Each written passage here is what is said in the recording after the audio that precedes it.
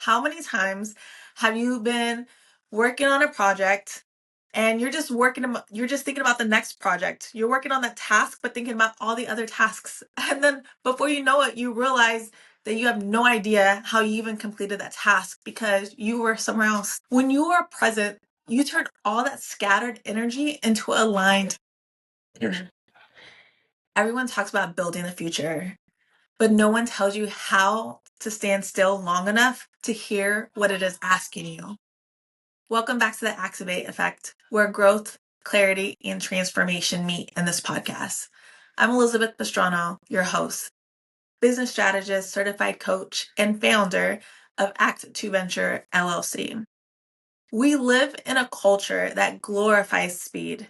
Launch faster, grow faster, fix faster. But why would speed even matter if you don't know where you're going? Without awareness, speed just spins you in circles. Then where do those circles get you? Nowhere. Progress doesn't come from how fast you move. It comes from how intentionally you move. Gandhi said, "The future depends on what you do today." So when you own your now, you stop chasing timing and you start creating. And that's what moves you forward. Let's reframe presence. It's not a pause in productivity. It's the pulse of it. You need to stand still to know where you're going.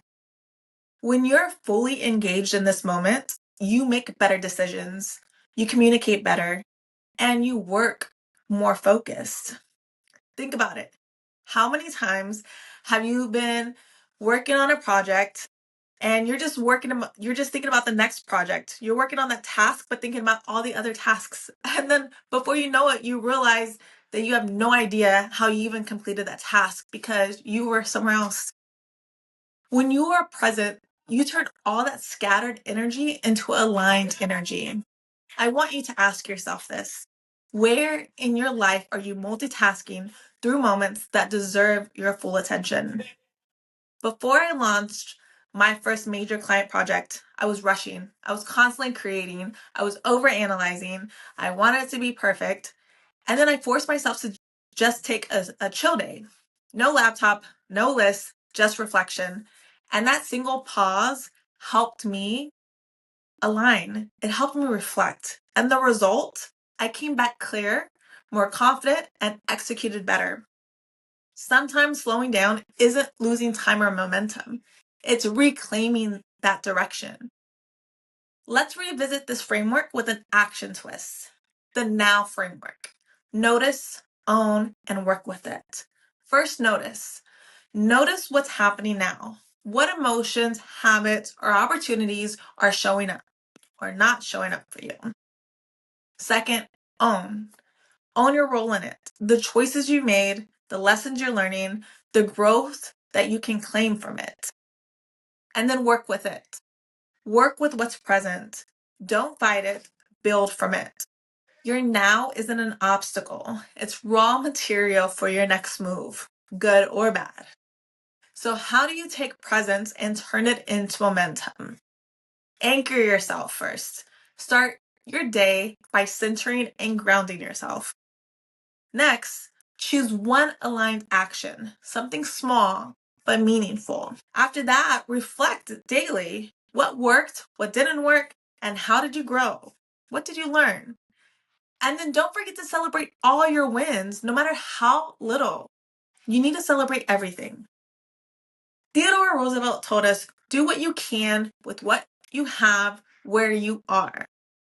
Progress isn't about leaps and bounds. It's about consistency. You're not going to get anywhere without it. You're not going to get anywhere if you're not aligned. So I have a challenge for you. In the next 24 hours, do one thing that grounds you before you start moving your day. Journal, walk, breathe, pause, even have a dance session if that's what grounds you. Do whatever it is that's going to put you in that moment.